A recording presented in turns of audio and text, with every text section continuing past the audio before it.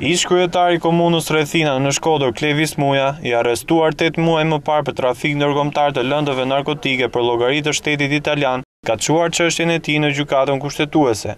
Muja kërkon që vendimi i Këshillit të Ministrave për shkarkimin e tij nga detyra i datës 25 qershor 2012 të shpallët antikushtetues. Seanca e parë e zhvilluar ka nisur me shtyrje, pasi në sallë nuk ishte pala e interesuar Këshilli i Ministrave. Avokati i Mujës Ardian Visha kërkoi që kjo palë duhet të jetë e pranishme, pasi nuk kanë dieni se përse klienti i tij është shkarkuar nga detyra e funksionarit lokal. Pas argumentimit të avokatit, gjykata kushtetuese vendosi të shtyjë seancën për në datën 11 shkurt, ku pritet të jetë e pranishme edhe pala e kryeministrisë. Muja u arrestua muajin qershor pas një hetimi të prokurorisë së Barit. Sipas këtij hetimi, ai ishte pjesë e një grupi kriminal ku bënin pjesë serb, malazez dhe kolumbian, grup që transportonte kokainë nga Kolumbia në drejtim të Europës perëndimore. Pas shpalljes së Klevis Mujës si person në kërkim ndërkombëtar, ai u arrestua në Shkodër dhe u dërgua në burgun e Shënkollit pas marrjes së masës së sigurisë. Muja gjatë kohës së paraburgimit u tentua që të vritej nga një tjetër i burgosur, Xheladin Kruja.